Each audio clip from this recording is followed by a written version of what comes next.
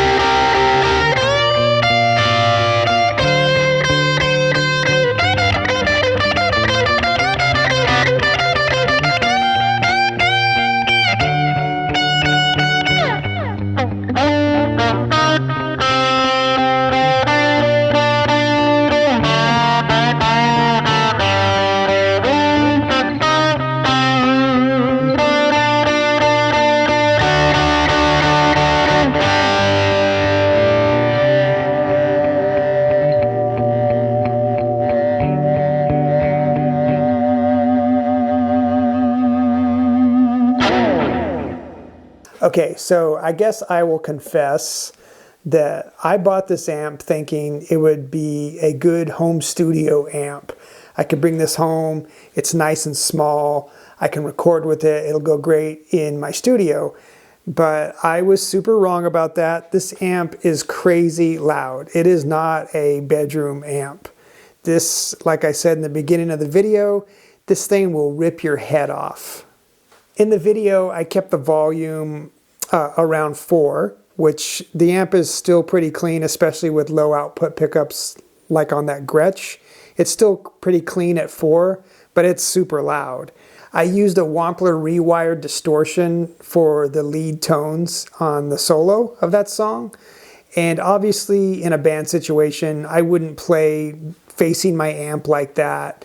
But it was fun facing the amp, getting feedback, and playing with that. So this amp, the Pro Junior, is part of the Hot Rod series of amps at Fender.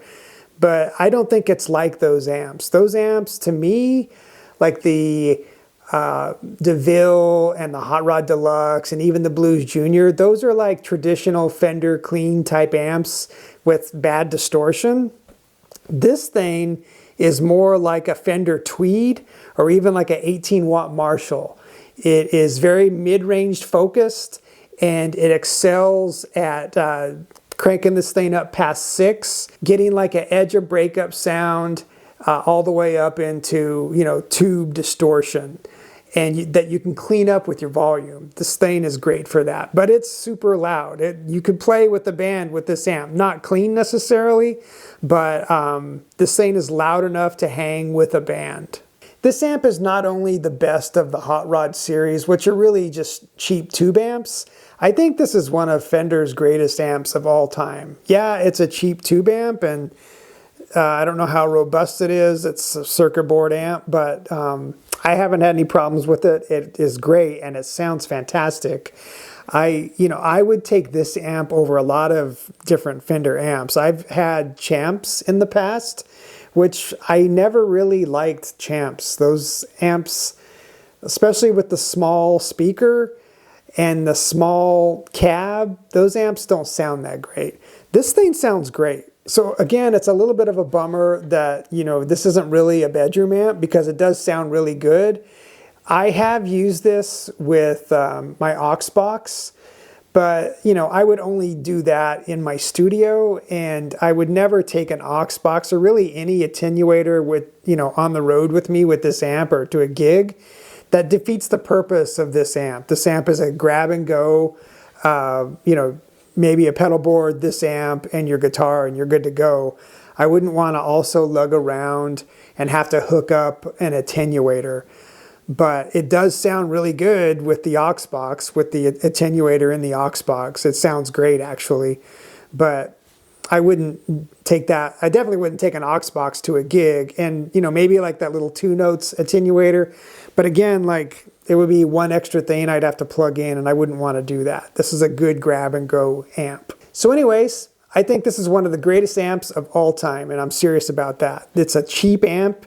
You can get these used, you know, it's 2025. You can get these used anywhere from like $300 to $400 on Craigslist all day long. And, you know, check it out. Make sure it doesn't overheat. Make sure you don't have some crazy hum or anything. But if you can find one of these for that price range, it's a great amp. I hope you like this video. If you like my content, please like and subscribe.